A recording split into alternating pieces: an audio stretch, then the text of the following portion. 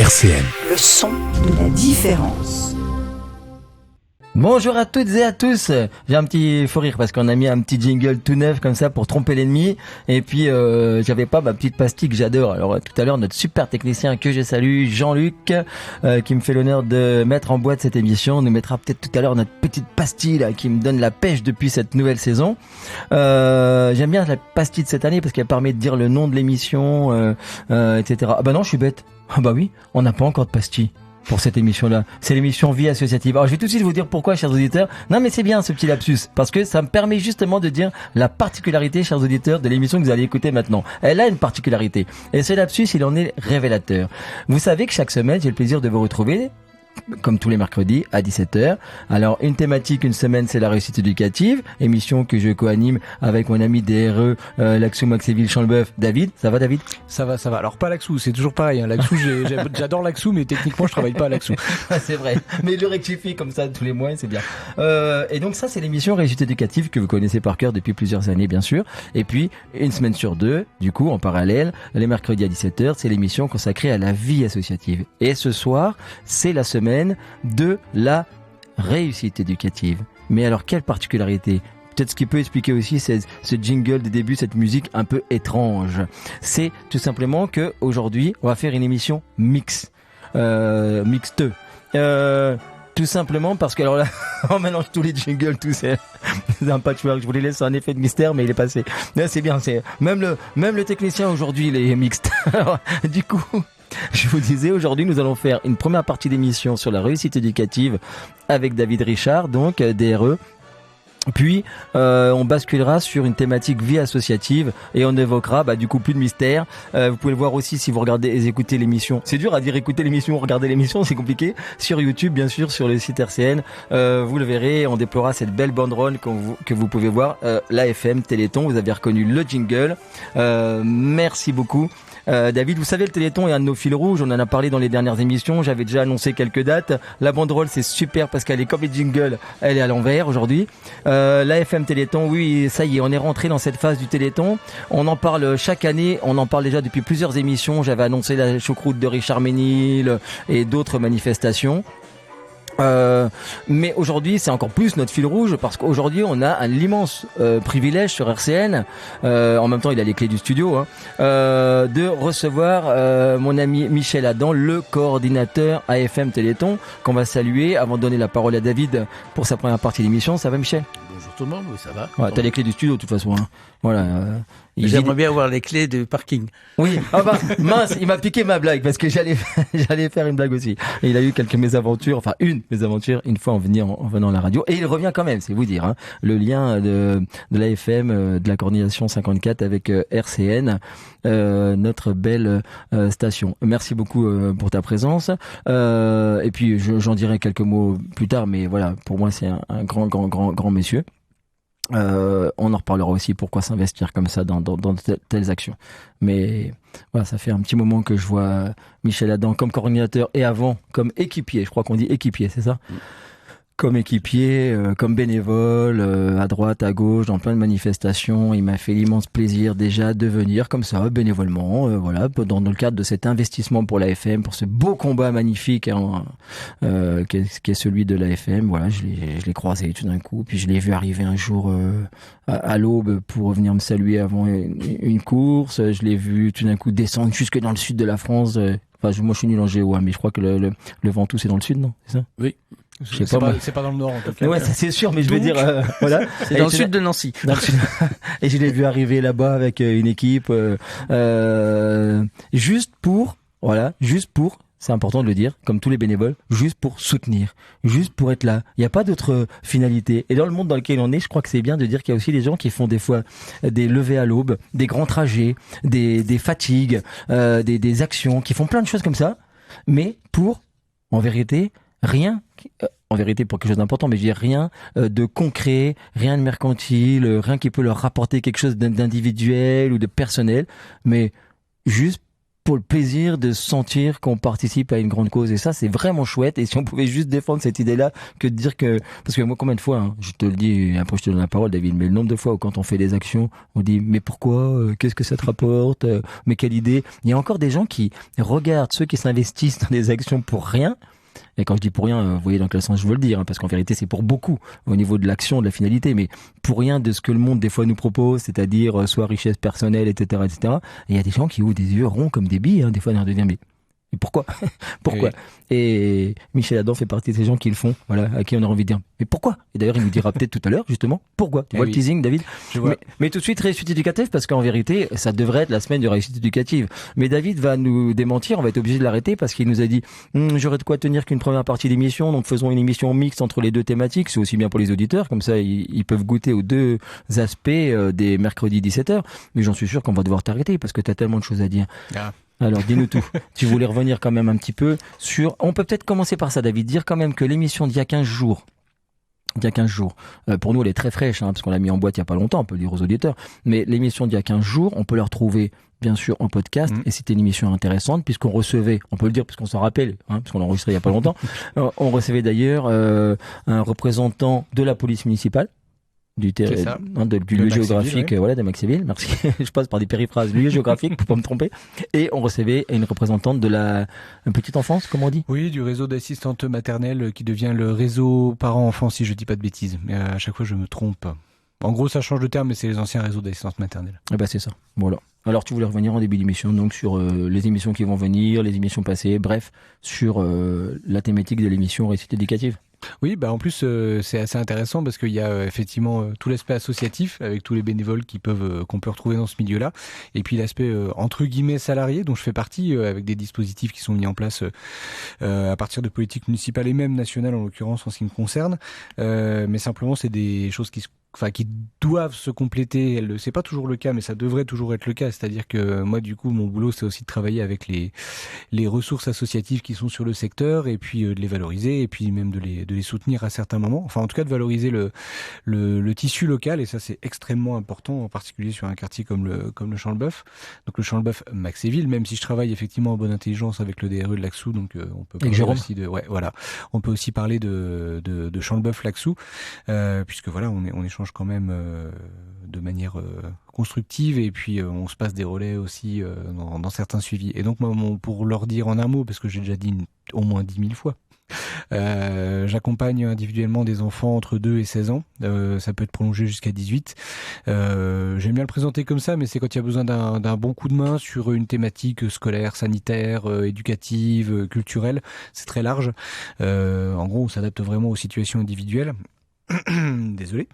Et pour faire tout ça, on a plusieurs cordes à notre arc. On a très simplement, nous, les enfants nous sont orientés généralement par l'éducation nationale. Parce qu'ils connaissent bien finalement ce qu'on fait au dispositif, donc ils les orientent très facilement.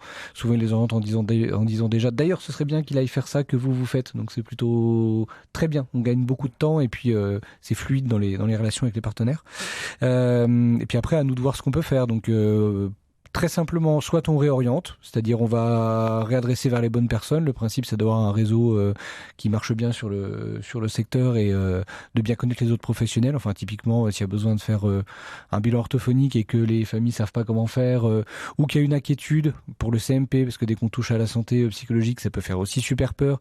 Donc ça va être vraiment à la fois de se mettre en lien avec les structures que moi je connais, dont je connais personnellement les professionnels la plupart du temps, et puis de prendre les gens par la main et puis dire venez, on y va ensemble, et puis ce sera un petit peu rassurant. À partir du lien que moi j'ai déjà tissé avec les personnes, généralement on arrive à faire les choses. Ça va être de proposer des actions que moi je mets en place au sein du DRE avec mon budget, avec mes intervenants, qui sont des prestataires certes, mais aussi des gens avec qui je bosse depuis presque 6 ans pour certains, qui sont tous des professionnels, et ce qui permet en fait de créer des projets ensemble, et non pas de passer une commande à des prestataires. Enfin, c'est pas du tout cette relation-là, même si techniquement, administrativement, c'est des prestataires. Donc, je considère que c'est une forme d'équipe. Et puis, parfois, quand il y a vraiment des situations très, très particulières, c'est de construire, donc, je reviens juste en arrière, c'est avec ces intervenants-là, on a des ateliers un peu clés en main, on va dire, qu'on reconduit tous les ans, qu'on réadapte avec des fois des nouveautés, mais où on a un certain nombre de places, toujours des tout petits groupes, hein, on est à 4-5 enfants, pas plus, parce qu'on veut garder l'aspect sécurisant et puis pour moi les suivis individuels. Et puis après, des fois, oui, effectivement, quand il y a des situations très particulières, ça va être d'aller voir 2 ou 3 de mes intervenants et de leur dire, bon, alors, qu'est-ce qu'on peut imaginer pour cet enfant-là précisément ou pour cet enfant et ses parents, mais vraiment on va se concentrer sur une seule situation. Et ça peut nous arriver des fois de mettre en place une action, un atelier pour un enfant ou pour un enfant et son père, sa mère ou voilà. Enfin voilà. Et on peut le dire, le lien avec la radio, c'est que justement dans les émissions une semaine sur 2, on reçoit régulièrement des personnes qui entrent dans le cadre de ces dispositifs. Je pense à un monsieur qu'on avait reçu qui travaillait au musée des Beaux-Arts, je crois. C'est ça, le médiateur culturel Christophe Roderman qui... Exactement. Bravo, tu connais tes fiches. Ouais, on avait reçu également un monsieur, quelques énumérations, mais on avait reçu un monsieur qui s'occupait de l'aide aux devoirs aussi. Jean-Claude, voilà, etc., etc. Enfin, ce que je veux dire, c'est que l'émission permet, voilà, une fenêtre ouverte sur tout ce que tu mets en place. C'est ça le lien avec RCN, quoi, hein, dans le cadre. C'est ça, ouais. Outre le fait qu'on peut aussi recevoir, comme une émission, on en parlait hors antenne, qui est bien sûr en podcast, où on avait reçu une jeune, je vais dire un enfant. Oui, après des enfants, des enfants ados, qui viennent expliquer un petit peu. Qui peuvent un petit peu parler de leur passion. Voilà. Et puis régulièrement, moi j'essaie, le plus régulièrement possible, de faire venir aussi des parents qui puissent parler de leur expérience de parents. Quelle que soit la thématique, hein, que ce soit, on avait fait effectivement il y a pas très longtemps sur les familles monoparentales, c'était plutôt intéressant. On avait reçu des mamans qui arrivaient de l'étranger aussi et qui pour certaines étaient là depuis un certain temps, mais qui racontaient leur parcours et comment elles sont arrivées et comment il a fallu s'adapter à une société, à un système scolaire en particulier totalement inconnu. Et c'est des choses qui sont vraiment difficiles. Donc voilà comment on peut accompagner ces personnes-là, mais aussi comment elles déjà de toute façon elles trouvent des ressources avant même qu'on intervienne en fait. Parce que quoi qu'en disent des fois des personnes un peu sinistres, les parents quand ils arrivent, ils ont à cœur que les gamins viennent à l'école. Enfin voilà, pour l'occasion, moi je le précise quand même hein, là pour donner des contre-exemples qui sont loin de ce qu'on peut parfois entendre, qui est monté en épingle dans l'actualité. Moi là j'ai des parents qui sont totalement anonymes, dont on parlera jamais, qui sont arrivés de l'étranger, d'un autre continent, et ils se sont saignés aux quatre veines pour que les gamins puissent venir à l'école. Ils sont loin de l'école, ils ont 1 heure de bus avec une correspondance. Ça fait arriver longtemps avant l'ouverture de l'école. La maman, elle vient avec le gamin va à l'école, et puis comme elle n'a pas le temps de retourner chez elle et qu'en plus ça ferait trop cher au niveau des trajets en bus, parce que aussi c'est des gens qui n'ont pas grand chose, voire rien, elle reste là, et elle connaît pas le quartier, et elle est là, et puis elle attend. Puis quand c'est midi, elle le récupère, elle amène un truc à manger, ils mangent dehors tous les deux, et puis l'après-midi, elle attend. Et du coup, elle ne peut pas faire ses démarches, elle n'arrive pas à avancer, elle à titre personnel, c'est super compliqué. Elle a froid, c'est un fait, je veux dire, il commence à faire froid, et puis c'est long. Et voilà, et cette dame-là, elle l'a fait pendant plusieurs jours. Alors évidemment, on a été alerté à un moment et on a trouvé des solutions, et ce n'est plus le cas, et tant mieux. D'ailleurs, c'est une très bonne chose, mais ça veut dire que quand même pendant un certain temps, cette dame, elle a fait ça pour que son gamin soit à l'école. Voilà, donc à partir de ce moment-là, effectivement, c'est très important qu'il existe des dispositifs qui puissent repérer ça déjà. Alors c'est les écoles en premier lieu qui alertent, hein, qui disent parce qu'ils voient ce qui se passe aussi, et qu'on ait des solutions derrière. D'ailleurs en l'occurrence là on a travaillé avec l'AXO en excellente intelligence sur cette situation-là, et voilà, on arrive à trouver des solutions. Mais il y a aussi sûrement plein de gens qui sont dans ce genre de situation et on le sait pas. Et ils sont invisibles, et effectivement médiatiquement c'est des gens dont on parlera jamais. Et pourtant ils sont quand même la grande majorité. Les héros du quotidien un petit peu. Le combat ordinaire, comme disait Manu Larsenet, dessinateur que j'aime bien. D'accord, Auteur que j'aime bien d'ailleurs, pas dessinateur uniquement. C'est chouette. Bah tu vois, finalement t'avais beaucoup de choses à dire. Bah oui, j'ai pas dit ce que j'avais prévu, mais... T'avais prévu quoi? Tu peux, hein? Non, je voulais reparler un peu des actions qu'on peut mettre en place, parce que là, ce que je viens de dire là, c'est des choses où nous, on a des leviers d'action et on est alerté, et mais c'est des choses ponctuelles, c'est vraiment au coup par coup. Après oui, je vais pas refaire le détail de tout ce qu'on fait au final, mais c'est vrai qu'on a...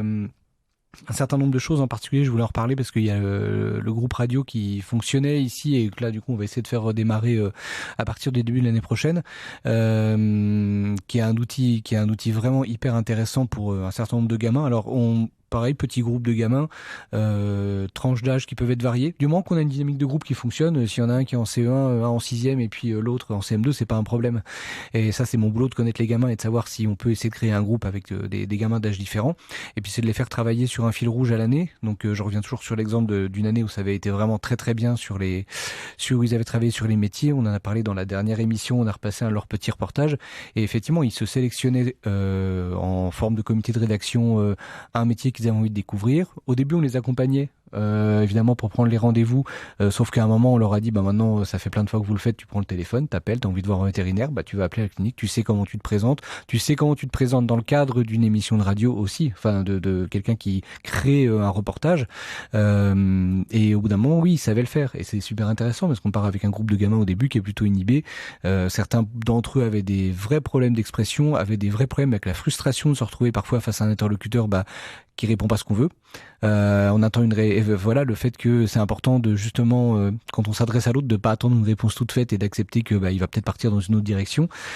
Comment on récupère ça pour quand même revenir sur l'objectif qu'on s'est fixé dans le reportage et c'était hyper intéressant et en particulier dans les micro-trottoirs qui venaient aussi illustrer un petit peu de manière périphérique ces reportages. C'était de gérer la frustration parce qu'en fait quand on se pointe en pleine rue à 17h à Nancy et qu'on arrête les gens pour leur parler, on peut se dire c'est des enfants, les gens vont être sympas, pas forcément quoi. Et des fois c'est bonjour madame, est-ce que je pourrais vous poser quelques questions sur les métiers? Alors j'ai pas le temps et puis alors c'est pas très sympa aux gens de la part des gens de faire ça. Par contre, nous, c'est un outil hyper intéressant parce que ça veut dire qu'on a des gamins au début qui restaient comme deux ronds de flanc et qui le prenaient un petit peu personnellement et pour tout dire qu'ils le vivaient pas forcément bien. Donc évidemment, on est là pour l'accompagner et reprendre immédiatement. Et petit à petit, on est arrivé sur des gamins qui étaient capables de ne pas prendre personnellement ces remarques-là et juste de se dire c'est pas grave, c'est quelqu'un de pressé ou c'est quelqu'un de pas très malin ou c'est peut-être les deux ou etc. Et de passer à autre chose immédiatement. Et en fait, dans les relations qu'eux, ils peuvent avoir entre eux au collège en particulier, où effectivement le moindre mot de travers des fois peut partir complètement en live, en particulier depuis qu'on est sorti des confinements, déjà pendant les confinements quand il y avait encore le collège, où les exutoires extérieurs se sont extrêmement réduits et voilà, on va voir ce que nous réserve l'avenir, mais c'est vrai que c'était un vrai souci, c'est-à-dire que tous les conflits qui se diluaient en partie dans les activités quotidiennes qu'on retrouvait de manière très diluée dans les activités JC, club, machin, etc., et qui étaient encadrés par des adultes, là on les retrouvait juste avec 300 gamins dans un établissement scolaire et c'était très très explosif. Et ça, tous les professionnels de l'éducation nationale avec lesquels j'en ai parlé, les CPE en particulier, et puis les AED qui sont en première ligne sur ces choses-là, ils l'ont vraiment constaté. Donc l'idée, ce serait effectivement de pouvoir reprendre cet atelier-là en accent très clairement sur cette partie-là, c'est-à-dire la communication vis-à-vis de l'autre et la capacité à désamorcer un conflit ou à ne pas entrer dans un conflit qui n'a pas lieu d'être au final, quoi. Vaste programme. C'est bien, on s'est immersé. Ah oui, là, ouais. Donc c'est bien, c'est ambitieux, mais c'est un petit focus là-dessus. Ouais. Voilà, et puis après, simplement dire aussi que je vais pas revenir non plus sur toutes les actions dont on a déjà pu parler, mais je développe un peu plus l'accompagnement scolaire à domicile cette année. Je vais avoir une équipe un peu plus fournie, donc pas uniquement Jean-Claude, dont on parlait tout à l'heure, que je salue au passage, mais l'idée, c'est d'avoir plus de monde, d'avoir une équipe qui puisse répondre aussi à plus de demandes, avoir des profils comme toujours. Alors moi, quand je recrute des gens, donc qui sont embauchés en direct à la réussite éducative, mais j'aime bien aussi avoir des profils, bien connaître un petit peu les gens. Donc je vais pas dire indiscret, mais j'aime bien connaître le parcours des gens qui sont en face de moi, pas uniquement pour connaître leurs compétences, mais pour savoir à quel moment je peux le faire un petit peu entrer, mettre en interaction avec ce que vivent les gamins au moment où ils vont les rencontrer. Et j'aime bien essayer d'adapter mon intervenant au gamin qui est en face, du point de vue des compétences, oui, mais aussi humainement. C'est-à-dire de me dire à un moment, ça va sûrement apporter un truc. Donc entre Jean-Claude qui est retraité, qui est un ancien universitaire, entre un autre intervenant, je cite toujours Jean-Claude parce que c'est le pilier de cette équipe, mais un autre intervenant qui a la trentaine et qui a eu un parcours en dents de scie extrêmement compliqué, qui est passé par des moments où il savait pas du tout quoi faire de sa vie. Et c'est intéressant aussi qu'il puisse discuter avec des jeunes et expliquer que maintenant il a un boulot, donc il fait ça en plus. Et il est capable aussi d'expliquer comment il est retombé sur ses pieds, comment les rencontres ont pu aussi changer à un certain moment les choses, la façon de s'entourer. Et je trouve que ces partages-là d'expérience sont super intéressants. Donc j'insiste vraiment là-dessus sur le fait de faire se rencontrer des gens finalement, tu vois, plus que d'envoyer un opérateur qui va mettre en place un accompagnement scolaire. Bien sûr, il doit faire ça, mais je veux aussi essayer de tenter une rencontre entre l'intervenant et l'enfant, l'ado, Si ça se fait pas, c'est pas grave. Au pire, ses compétences seront là et ce sera très bien. Mais si on peut avoir une rencontre, du coup, ça peut permettre d'imaginer d'aller plus loin. C'est-à-dire que si cette rencontre se fait, on peut s'appuyer sur ces intervenants-là pour dire, aller en particulier vers l'ouverture culturelle. Tout simplement. Et puis de pas se limiter effectivement aux scolaires, c'est-à-dire que je demande à mes intervenants d'être en lien avec les profs principaux ou avec les instituts des gamins pour qu'on puisse réadapter très rapidement, que du point de vue pédagogie, méthodologie, qu'on soit raccord, qu'on fasse les mêmes choses, et qu'on tienne le même langage, ça c'est important. Mais à côté de ça, si un jour le gamin est fatigué, ben on va plus, les intervenants peuvent se dire bon bah là c'est tendu, on va pas bosser aujourd'hui, ce sera pas productif, on va faire de la lecture. Et c'est d'arriver avec des bouquins, et c'est de privilégier les bouquins. Et je trouve que c'est intéressant parce que j'ai de temps en temps des parents, des familles dans lesquelles le livre est complètement absent, qui, avec l'intervention récurrente de quelqu'un qui ramène toujours des bouquins, finissent aussi par acheter de temps en temps un ou deux bouquins. Alors c'est pas la folie, hein, ils montent pas une bibliothèque, mais de se dire bah tiens, effectivement mon gamin il a l'air de bien aimer quand même quand quelqu'un prend le temps de lui lire un livre. Et du coup bah ils achètent un bouquin pour pouvoir le faire aussi à leur tour. Donc c'est tous ces petits trucs là, donc c'est des petites graines, hein, on fait rien de révolutionnaire, ça se fait à plein d'autres endroits, c'est rien de très nouveau, mais c'est toujours pareil, on sème des trucs puis après ça pousse ou ça pousse pas, hein, il y a aussi plein de facteurs extérieurs qu'on gère absolument pas et qu'on n'a pas à gérer d'ailleurs, et voilà, mais des fois ça pousse, ouais, c'est plein de petites choses comme ça. Une gamine avec qui on avait visité le musée des Beaux-Arts, j'y pense aussi. Musée de l'école de Nancy, je dis une bêtise, qui était reparti avec une carte postale de... C'était pas la Toussaint, c'était un autre tableau de Friant, je sais plus lequel. Et... Elle était en maternelle, en moyenne section, c'était une gamine qui arrivait du Sierra Leone, si je me souviens bien, donc culture radicalement différente, mais une gamine en moyenne section, donc qui est extrêmement ouverte en fait, qui se limite pas elle dans ses centres d'intérêt, qui se pose pas trop de questions, qui va très spontanément et qui vivait en foyer, pour le coup. Ils avaient juste une chambre avec sa mère, avec une histoire qui fait encore dresser les poils sur les bras rien que d'y penser. Et en fait, cette gamine-là, je me dis, elle avait adoré cette carte postale, elle l'avait accrochée au-dessus de son lit. Donc alors c'est une famille que j'ai perdu de vue, cela dit, mais elle l'a accrochée au-dessus de son lit et je sais qu'elle l'a eu pendant 2 ans au-dessus de son lit. Et du coup, c'était une gamine qui, venant de loin, ayant traversé des choses terribles, elle avait une image de ce que c'était que Friant en tête, elle avait son nom en tête, elle avait le nom du tableau en tête, et je me dis, voilà, le jour où elle va croiser Friant d'une manière ou d'une autre, peut-être sur une affiche en ville du musée de l'école de Nancy, peut-être dans un bouquin, peut-être à l'école, c'est une gamine qui va tout de suite savoir ce que c'est. Et en fait, c'est d'essayer de mettre des habitudes, des petites habitudes culturelles, de mettre des images, des choses... un substrat culturel comme ça qui sont en toile de fond, qui sont intégrés, qui restent là. Et puis, il s'active le jour où il y a besoin. Puis, s'il s'active pas, ça, on n'en est pas maître, hein. Mais c'est vraiment de donner une sorte de nourriture intellectuelle qui soit là. De toute façon, elle est dans le fond, elle servira ou pas, ou on sait pas à quoi elle servira, mais je pense que elle sera toujours utile à un moment ou à un autre. Les stimuli, Ouais, c'est ça. Éveiller la curiosité, c'est le premier pas vers l'art, de toute façon. Et l'art, c'est tout, Voilà. finalement. Donc c'est ça un peu aussi qu'on essaie de viser cette année avec ces accompagnements scolaires, c'est-à-dire d'aller au-delà de l'accompagnement scolaire. Et puis on parlait médiation culturelle, c'est aussi de faire un parcours à partir de janvier jusqu'en juin avec un petit groupe de gamins, pareil, avec le même médiateur culturel, et d'aller les initier à la fois au lieu de culture, c'est-à-dire que ça devienne pour eux un lieu banal que le musée, par exemple, c'est vraiment un lieu extrêmement banal, on y rentre comme on va acheter une baguette, quoi. Et au-delà de ça, de leur montrer aussi les métiers de la culture. Je trouve que c'est intéressant de leur montrer que pour qu'un musée fonctionne, il faut des services techniques en fait. C'est-à-dire qu'il faut qu'il y ait des gens qui soient des manuels et qui soient en mesure de faire en sorte que le musée tienne debout, quoi.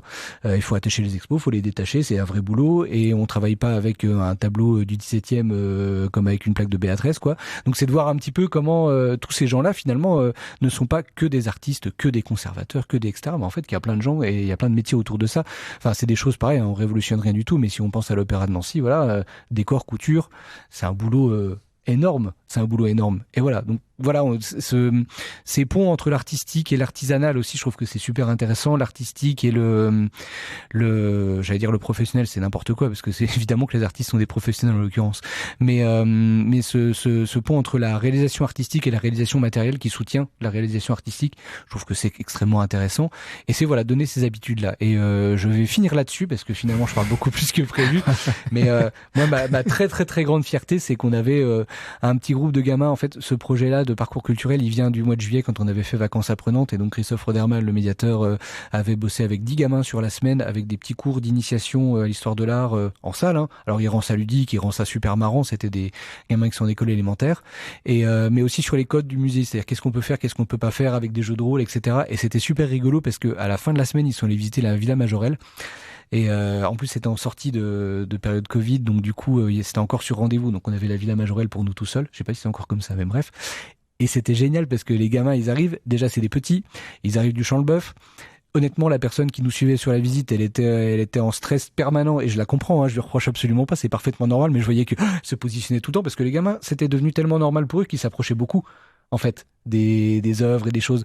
Sauf qu'ils faisaient comme ils avaient vu faire par le médiateur, c'est-à-dire que le médiateur, lui, il approche son doigt pas loin pour montrer exactement quelle partie d'une sculpture il veut montrer, mais il touche pas. Et du coup, les gamins ont tendance à imiter et à faire pareil. Et du coup, je la voyais qui devenait blanche quand ils commençaient, sauf qu'ils touchaient jamais, parce qu'en fait, ils avaient compris comment on faisait. Et j'avais trouvé ça génial. Et ils étaient vraiment super, quoi. Donc on se repose sur ce même groupe de gamins pour pousser ce travail-là encore plus loin. Et moi, j'étais trop fier quand il y a quelqu'un de la villa qui a fait « Mais ils viennent d'où les gamins là ?» Bah, ils viennent du Champ-le-Bœuf. On était super contents. Ils viennent du Champ-le-Bœuf, et alors il y a un problème. Ils sont tellement géniaux. Et effectivement, les gens qui étaient là disaient le groupe est vraiment super, quoi. Et les gamins, ayant travaillé avant leur visite avec un certain enthousiasme, du coup, ils étaient contents d'être là, quoi. Et la petite anecdote pour finir, c'est que dans la salle à manger où il y a les peintures, parce que du coup il y a le naturel qui revient au galop, et je trouve ça super rigolo, en fait, je le dis avec énormément de tendresse. Il y a les peintures qui évoquent justement le repas, et puis il y a entre autres les animaux de là, et le médiateur commence à essayer de leur faire dire, parce qu'il connaissait toutes les réponses avant, hein. Sauf que là il galérait un peu, les animaux de là, il n'y arrivait pas, puis il fait de la basse, et là il y en a un qui fait de la baston. Et on était mort de rire. Et c'est pas rigolo parce que ce gamin-là, il sort ça. Alors là, le truc est drôle en soi, sauf que je l'ai vu faire de la baston et il s'est arrêté tout de suite. Et j'ai vu dans ses yeux, non, ça peut pas être ça. Et il a rectifié, il a fait non, mais c'est la basse-cour. Oui, c'est la basse-cour. Et c'est tout bête, tu vois, mais je trouve qu'il est passé de la baston à la basse-cour, mine de rien, tu vois. Et il est passé d'un réflexe comme ça qu'il peut avoir, parce que je sais que c'est un gamin qui, par ailleurs, effectivement, se retrouve des fois dans des bagarres, des trucs comme ça. Et il est passé à autre chose, tu vois. Il a raccroché à la visite dans laquelle on était immédiatement. Ah non, de la basse-cour, le médiateur reprend, et hop, il rentre dans la visite. Et j'ai trouvé ça super, quoi. C'est-à-dire qu'il reste quand même ce qu'il est, puis il a le droit d'être un gamin comme il est, il a le droit d'avoir un peu le sang chaud, ça arrive, il y a des gens qui sont comme ça, quoi. Mais il peut être aussi autre chose. Et c'est bien de lui faire comprendre qu'il peut être autre chose, et puis de le faire voir à ses parents, à ses enseignants, etc., etc. Voilà. Puis je rentre pas dans le détail du reste parce que j'ai déjà beaucoup parlé. Bah, c'est-à-dire que moi, j'ai un fou rire, et je le dis aux auditeurs, parce que on a passé 10 minutes avant l'émission. David, angoissé que tu étais de me dire on va faire une émission mixte, alors etc. Pour la première fois d'ailleurs depuis plusieurs années, parce que j'ai pas grand-chose à dire. Mais je dirais que de tous ceux qui n'ont rien à dire, c'est encore toi qui le dis le mieux.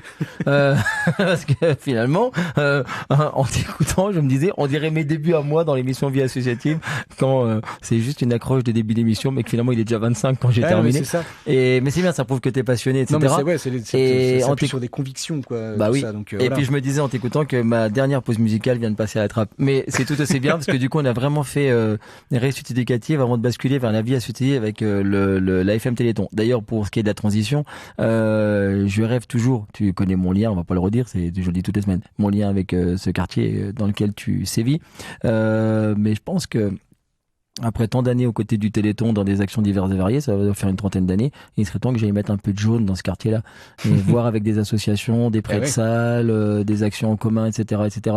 Parce que j'ai réfléchi à ça l'autre jour, je suis déjà allé partout un peu faire mettre du jaune un peu, mais il m'était encore jamais venu à l'idée d'aller mettre du jaune dans cet endroit-là dont je parle presque toutes les semaines. Et pourquoi pas, vu qu'on reçoit ici toutes les associations, etc., peut-être en lien justement avec soit des lieux particuliers comme le CILM, etc., ou des associations, peut-être aller justement faire des actions en commun, aller les éveiller à ça.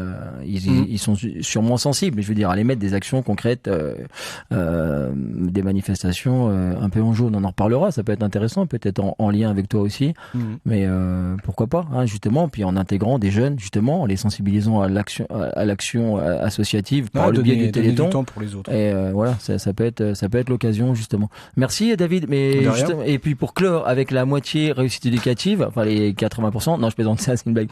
Mais non mais je plaisante, je taquine. Mais pour le dire aux auditeurs, on va comme on colle cette émission à la double couleur. eh bien, on va aussi mettre la couleur, cette pause musicale qui arrive, ça sera aussi la couleur réussite éducative. Donc, t'as choisi? Ah bah oui, c'est Stupéflip, le spleen des petits. J'aime bien revenir à ce que des fois certains gamins vivent là comme ça tous les jours à l'école, parce que c'est de ça qu'on part. Eh ben, à bientôt, David. Alors, bien sûr, pas la semaine prochaine, parce que ça sera Vie associative. On te retrouve dans 15 jours. On nous retrouve dans 15 jours. Et comme c'est filmé, tout le monde va voir que David se sauve en plein milieu de l'émission. Totalement.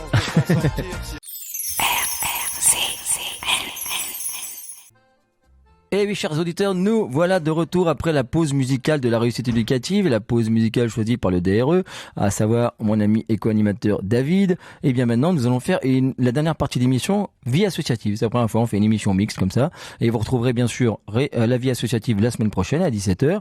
Et il me semble, si je me souviens bien de mes invités dans l'émission que je vais bientôt enregistrer, la semaine prochaine, je vais essayer de faire un teasing exact. Je recevrai le président de l'Espéranto 54, également un responsable de l'association Click, que j'avais déjà reçu dans une émission il y a pas longtemps, une association de photographie que j'avais rencontré à la vie des associations à la Pépinière.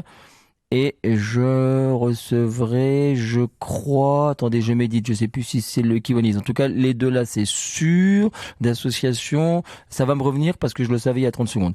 Et tout de suite, on va se retourner vers, vu ce que c'est filmé, j'ai une banderole, mais que j'ai pas le temps d'attacher, puisque je suis venu sur les chapeaux de roue, avec un engin que je mettrai peut-être tout à l'heure face à la caméra avec mon monocycle, puisque pour moi, c'est aussi une pièce phare de mes actions dans le Téléthon, à savoir l'AFM. On va se tourner vers le coordinateur qui nous fait l'honneur de venir dans notre petite et modeste station de radio, Michel Adam. Première question piège, Michel, parce que comme David, tout à l'heure, tu me disais avant l'émission, j'ai pas grand chose à dire.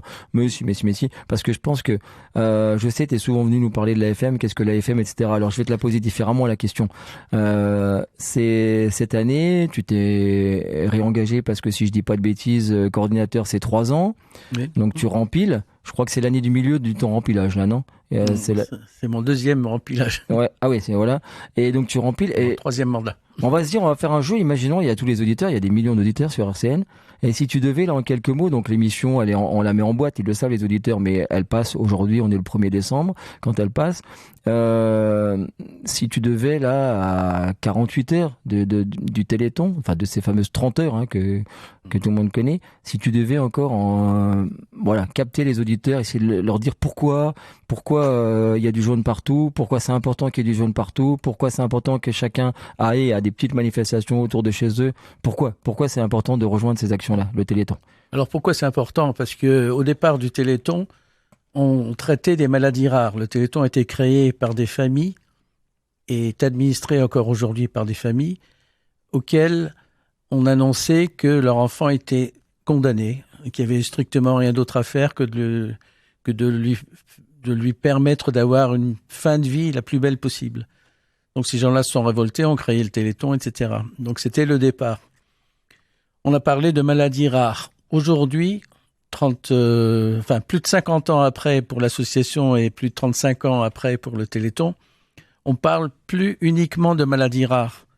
Et beaucoup des médicaments qu'on a trouvés pour les maladies rares ou des traitements qu'on a trouvés pour ces maladies rares sont aujourd'hui applicables pour des maladies malheureusement beaucoup moins rares. Des traitements, par exemple, pour la progéria qui concerne une vingtaine de personnes en Europe sont aujourd'hui utiles pour la chimiothérapie. Et la chimiothérapie, c'est des millions de personnes en France. Donc, je passe mon temps, c'est peut-être un peu beaucoup dire, mais j'essaie de rappeler sans arrêt que maintenant, c'est plus des maladies rares. Et encore, le terme rare est pas bon, puisque des maladies rares, il y en a 8000, ce qui n'est pas très rare. Et des malades de ces maladies, il y en a 3 millions en France, donc ce qui est encore moins rare. J'ai l'habitude, quand je suis dans une grande salle où il y a 200 personnes, par exemple, je leur dis que potentiellement 10 personnes dans cette salle sont susceptibles d'avoir une de ces maladies dites rares. Ça fait toujours son effet. Et ça aide à les mobiliser davantage. Voilà pourquoi je pense qu'il faut toujours revenir là-dessus.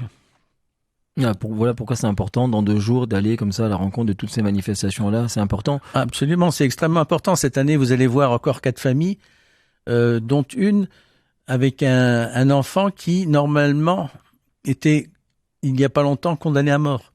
95% des bébés mouraient à peu près avant 18 mois et 98% avant 24 mois.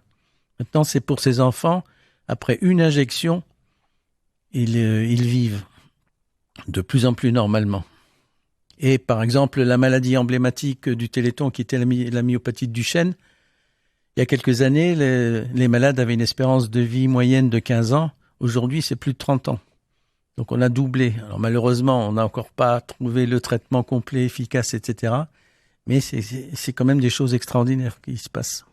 Parce qu'il faut le dire aux auditeurs, hein, parce que bien sûr, parfois, il y a besoin d'un temps long, parce que le temps de la recherche n'est pas toujours le même que celui de nos attentes bien légitimes. Mais alors, c'est normal aussi que parfois, il y a ce temps et il est nécessaire quand même de combattre parce que les chercheurs ont besoin, la manne financière est importante aussi. Mais il y a ça, on peut le dire, mais il y a aussi un autre aspect, c'est il y a depuis quelque temps, il me semble, en t'écoutant, il y a aussi des réussites, il y a des améliorations. Voilà, il y a plein de réussites. Concret. Il y a plein de réussites extraordinaires. Ouais. Mais enfin, il faut savoir qu'une recherche, ça dure en moyenne entre 20 et 30 ans. Et on n'est pas sûr du résultat. C'est-à-dire qu'on cherche pendant une vingtaine d'années, on expérimente, et ça marche ou ça marche pas, malheureusement. Donc, c'est des temps extrêmement longs. Et pour beaucoup de personnes, c'est beaucoup trop long par rapport à leur maladie. Donc, on a besoin de plus en plus de moyens. On a de plus en plus d'équipes à travers le monde entier. On a des chercheurs salariés au sein de l'association. On subventionne et on aide beaucoup d'équipes en France comme à l'étranger. On est aussi la seule association qui possède une usine pharmaceutique en Europe. Tout ça pour maîtriser le coût du médicament. Parce qu'effectivement, pour les maladies qui restent rares, comme on ne produit pas les médicaments à de grandes quantités, pour maîtriser le prix, du coup, on a créé l'usine pharmaceutique. Et qui se trouve comme le Généton à Paris, c'est ça ? Qui se trouve à côté du siège social à Évry, oui. D'accord, oui. Oui. D'ailleurs, je sais pas, là c'est une question piège, même pour moi du coup. Je m'invente des questions pièges à moi-même, mais est-ce que, parce que si tu veux, grâce à toi, je suis allé visiter pour la deuxième fois le centre du Généton. Le Généton. Voilà, le Généton, pardon.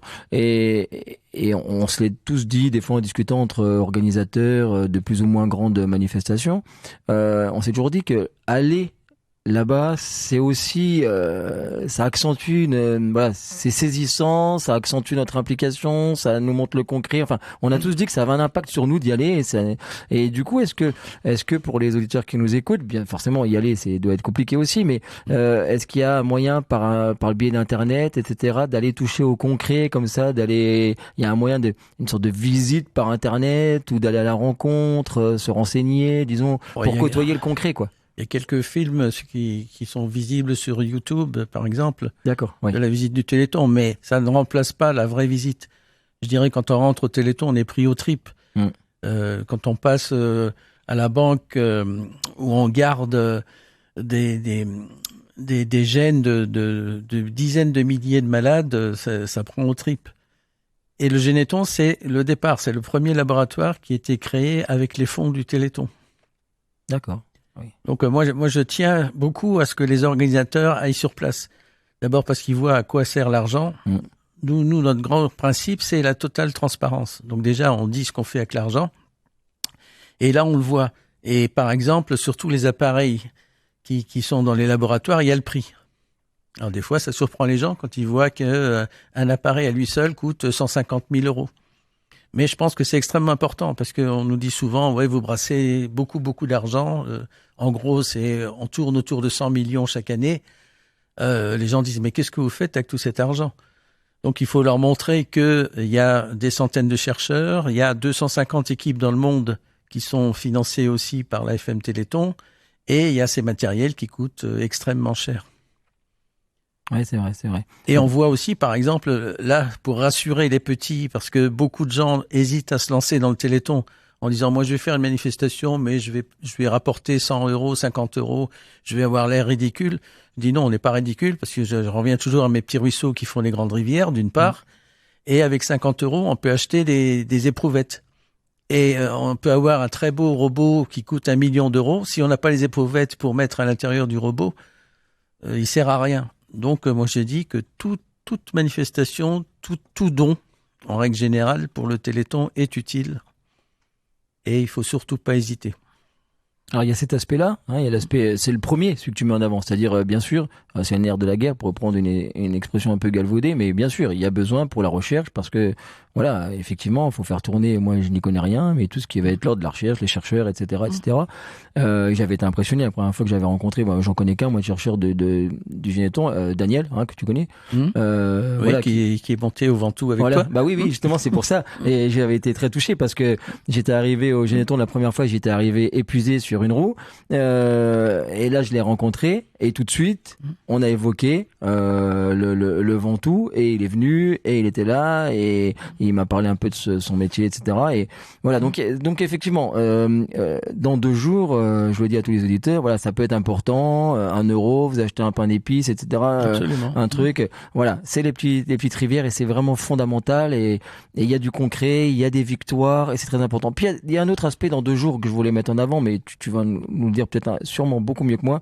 C'est aussi que c'est fondamental d'aller dans les actions, à la fois pour des gens comme toi, pour les bénévoles, parce que le fait de voir qu'il y a une dynamique, qu'il y a une action, bah c'est le carburant, quoi. C'est le carburant qui fait qu'on sent comme ça une sorte de dynamique de groupe, on se rejoint et je pense que c'est important pour te soutenir toi, parce qu'en cette période, tu vas nous en dire quelques mots, mais ça doit être compliqué, les journées font que 24 heures, et puis tous les bénévoles, de voir qu'il y a du monde, eh bien ça entretient la flamme aussi qui va permettre de mettre d'autres actions. Donc c'est vraiment fondamental. Et puis il y a le troisième aspect, c'est aussi, parce que je pense à Hervé et d'autres, hein, et tant d'autres, toi tu aurais souvent 50 000 noms à dire, beaucoup plus que moi, et tu aurais beaucoup plus d'anecdotes ou d'éléments qui te donnent la flamme, tout ça qui te donne envie de continuer. Moi je pense comme ça à certains, je me dis pour les personnes, et en plus il y a eu le Covid qui a sûrement altéré aussi les manifestations, c'est important aussi pour ceux qui ont besoin, pour essayer de faire une périphrase, pour tous ceux qui ont besoin que les maladies soient vaincues, c'est important, je pense pour eux, je le sais par des témoignages comme ça, des personnes pour qui cette période de l'année est importante, c'est important pour eux qui voient cette solidarité-là. Mine de rien, c'est important pour leur combat que eux ils mènent contre la maladie au quotidien. Oui, tout à fait. Mais je vais revenir simplement 2 secondes sur les chercheurs. Bien sûr. Les chercheurs, chez nous, sont vraiment des hommes, en plus de chercher. Et ils sont tous très attachés aux malades, à leurs recherches.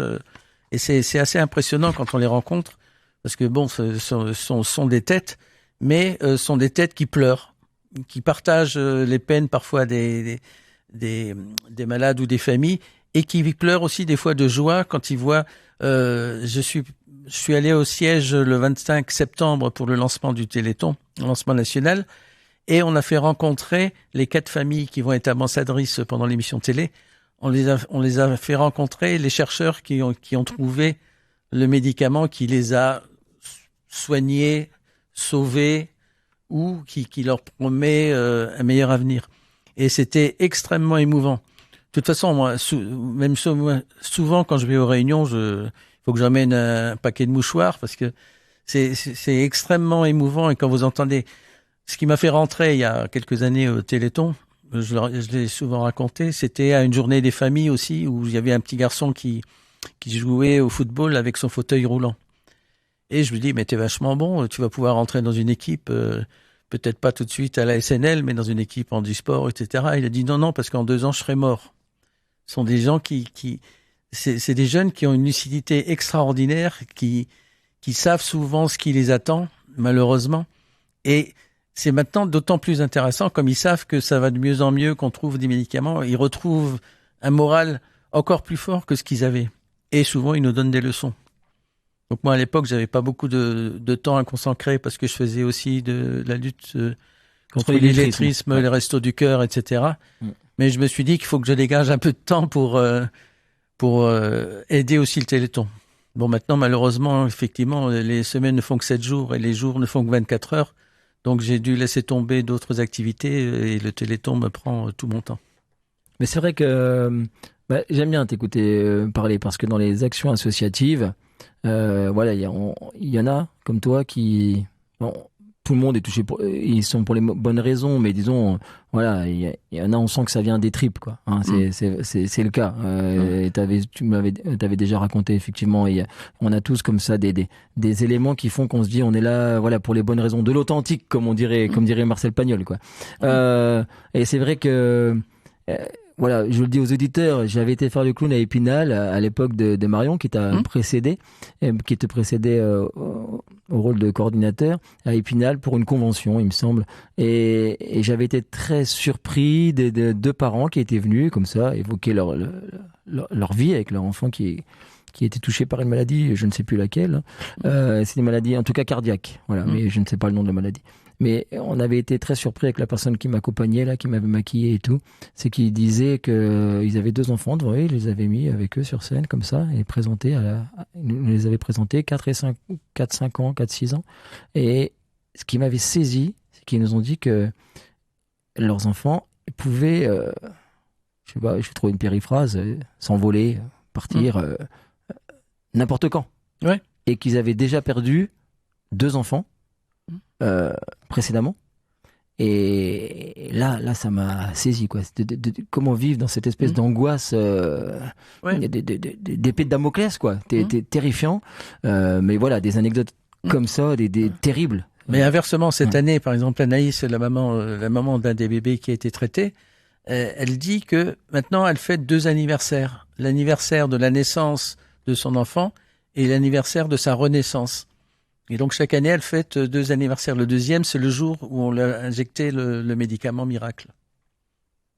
Ouais, et ce médicament, ce sont les donateurs du Téléthon qui ont aidé à le trouver, et bien sûr, les chercheurs. Mais ce qu'il faut dire aussi, c'est que on retrouve dans toutes les équipes, tu es bien placé pour le savoir, cette même motivation. Et j'ai vu cette année, après une année extrêmement compliquée, cette année, c'est pas la même chose, mais c'est pas non plus euphorique pour le moment. J'ai trouvé quand même les manifestations qui ont déjà eu lieu, les bénévoles extrêmement heureux de se retrouver et de se battre pour les malades, et chose surprenante aussi, les participants. Les participants étaient ravis de revenir, parce que le Téléthon, c'est aussi une fête, c'est la solidarité, c'est une fête, et d'ailleurs le générique qu'on entendra tout à l'heure le montre très bien. Le Téléthon, c'est le 14 juillet en hiver. Il faut que ça reste une fête. Et c'est de plus en plus une fête, puisque maintenant, on a trouvé plein de choses. Avant, on était triste, on se battait. Maintenant, on commence à avoir des résultats. Et tu parlais des chercheurs. Le directeur scientifique de l'AFM Téléthon, par exemple, il a trouvé une phrase extraordinaire que je reprends aussi sans arrêt. C'est « Avant, j'allais aux enterrements et maintenant, on m'invite aux anniversaires ». Je trouve que tout le Téléthon est là-dedans. Il avait écrit un bouquin qui s'appelait « On peut changer le monde en vendant des crêpes et des ballons ». Et maintenant, il dit « On a vendu des crêpes et des ballons et on en sort des médicaments ». Et ça, c'est du concret. Ouais, c'est du concret. Et justement, ce que je te propose, c'est qu'on lance le petit jingle Téléthon, qu'on se le remette. Et après, justement, on poursuivra. Ça, c'était... Ouais. Ah, c'est joli. Ouais. Super. Ouais. Ah, merci, applaudissements. Oui, merci. Et alors, il y a eu un bon moment parce que, comme dit Michel, elle est belle cette version-là en fanfare que nous a trouvé notre ami Jean-Luc à la technique. Tout à fait. Elle est super jolie. Et puis, comme on filme l'émission, je trouve que c'était un chouette moment parce qu'une fois, j'avais regardé l'émission filmée, j'aime pas m'écouter, mais j'avais regardé voir comment ça se passait. Et je sais qu'on est filmé aussi pendant les pauses musicales. Et alors, si ça a été bien, si vous avez bien cadré comme ça, vous avez pu voir les auditeurs, et quand même un petit modeste clown qui sait pas mettre une banderole dans le bon ordre, et avec le coordinateur de la FM qui vient rectifier et mettre bien la banderole. Je trouve que c'est symbolique, quoi. Je trouve ça super beau. Ça va un peu avec le titre vendre des ballons et des crêpes, tout ça, remettre bien droit une banderole comme ça. Ça a l'air parfois comme ça un petit peu des petites manifestations, on dirait de briques et de broc, mais ça montre juste une volonté commune. Et vous voyez, rien que dans ma voix, chaque fois que j'entends ce jingle, il y a une chaleur. Et c'est cette chaleur-là aussi que vous allez retrouver dans 2 jours. Vous pouvez aller à n'importe quelle manifestation. Je pense qu'il y a des petits listings aussi sur Internet. Chacun essaie de faire aussi un petit peu de la publicité, parce que pour le coup, là, le mot publicité n'est pas du tout péjoratif. Et vous pouvez, comme ça, autour de chez vous, il y a forcément des manifestations où il y aura, comme j'ai dans ma voix en ce moment, on a entendu le jingle en remettant la banderole. Vous allez aller surtout à la rencontre de chaleur humaine et de gens qui sont vraiment investis pour ces raisons-là, parce que ce qu'il faut vous dire aussi, chers auditeurs, c'est quand vous mettez en place une manifestation, une action, vous rentrez aussi dans un univers. Moi, c'est une famille que j'ai découvert il y a déjà tellement d'années, j'ose pas le dire, mais c'est une famille parce que vous rencontrez des personnes, on en a parlé, de parents, t'as raconté aussi une anecdote, etc. Enfin, des anecdotes tragiques, on pourrait dire, mais on rencontre des malades, on rencontre des familles de malades, on rencontre... J'avais déjà raconté 1000 fois l'anecdote de quand j'avais fait le Nancy-Paris d'une maman qui m'avait parlé de sa petite étoile, voilà, et qui était venue me parler à la journée des familles à la forêt de Haye, etc., etc. On rencontre des bénévoles qui sont là depuis longtemps, des familles de malades, etc. Et c'est tout un univers. Et après, on y est attaché, quoi. On peut plus s'en détacher une fois qu'on a rencontré les actions de Téléthon. Merci en tout cas, Jean-Luc, pour cette belle version du jingle. Hein. Oui, je crois, moi, ça me permet de dire que il n'y a pas de petites actions. Je reviens là-dessus. Il faut que tous les auditeurs, tout le monde sache que tout est bon pour le Téléthon. Bon, tant que ça reste moral, je vais dire. Mais on a toutes sortes de manifestations. Par exemple, si je prends, on va de la caisse à savon au baptême de course, baptême en voiture de course ou en voiture de rallye. On a le meilleur pâtissier d'M6 qui participent à des manifestations. On a bien sûr des repas, on a des bals, on a des concerts, on a des marches plus ou moins gourmandes, on a des marches normales ou des marches où il y a des arrêts sympathiques, des stands gastronomiques. Pardon. On a vraiment tout. On a dans les écoles des courses, ça j'essaie de développer ça, les enfants qui font ce qu'on appelle la course du muscle et qui se font parrainer par leur famille, par leurs amis, etc. J'ai participé à une course il y a 15 jours à peu près du côté de Pont-à-Mousson. Mais c'était fou, comme les gosses étaient heureux, on n'arrivait pas à les arrêter. Les enseignants leur disaient, ça y est, c'est bon, vous avez fait assez de tours. Non, c'est pour les petits malades, encore 2 tours, maîtresse. Donc c'était assez extraordinaire. Et les petits gosses, ils ont fait 5-6 kilomètres. Nous, on était presque plus fatigués qu'eux. Et pourtant, on n'a fait que marcher pour aller au stade et les regarder courir. Mais c'est ça qui est super. Et on a des manifestations partout dans le département. On a, je pense par exemple, des enfants qui font des pâtés lorrains, qui sont vendus après. Ce sont les enfants qui les fabriquent. On a des conseils municipaux d'enfants de plus en plus qui participent aussi à ces actions. À Icourt, par exemple, dans le coin, à Ludre, à Richard-Ménil. Donc, ce qu'il faut, c'est surtout pas hésiter à se lancer et ne pas se dire c'est une petite manifestation, on n'aura pas beaucoup, etc. On démarre pas avec 2000 ou 3000 participants, on démarre pas avec une recette de 10 000 ou 15 000 euros, mais sur une année normale, sur 150 manifestations, il y en a qui rapportent 50 euros, il y en a qui rapportent 25 000 euros. Mais je dirais tout est bon à prendre, entre guillemets. Oui, puis de toute façon, après, tout sera important dans l'addition, hein, de toute façon. Absolument. Oui. Il ne faut pas hésiter à prendre contact avec la coordination départementale si on veut se lancer. Là, il y a site internet, il y a tout. Ouais. Tout à fait. Il y a une page Facebook, il y a un site internet, il y a un compte Twitter. Il suffit de taper Téléthon 54 sur un navigateur et puis vous aurez tous les renseignements utiles. Ah voilà, impeccable. Et puis on le dit aux auditeurs, c'est raté, vous pouvez plus vous inscrire parce que quand l'émission passe, c'est déjà passé. Mais nous, on se retrouve samedi à la célèbre choucroute de Richard Ménil. J'en ai parlé dans l'émission de la semaine dernière. Et on se retrouvera là.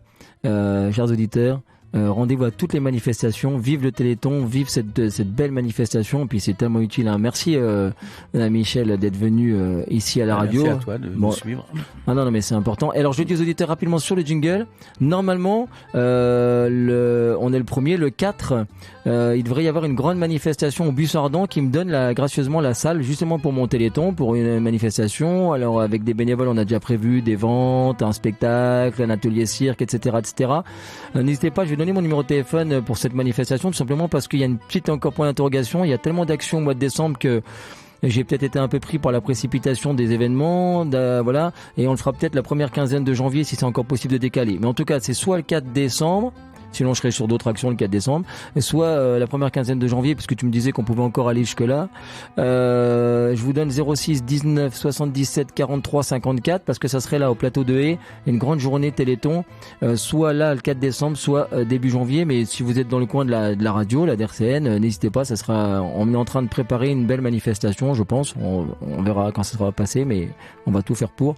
Et sinon, vous allez partout autour de chez vous. Les techniciens me disent c'est terminé, tais-toi. Alors je vais me taire. En tout cas, vive le Téléthon. Merci beaucoup, Michel Adam. Merci, à bientôt.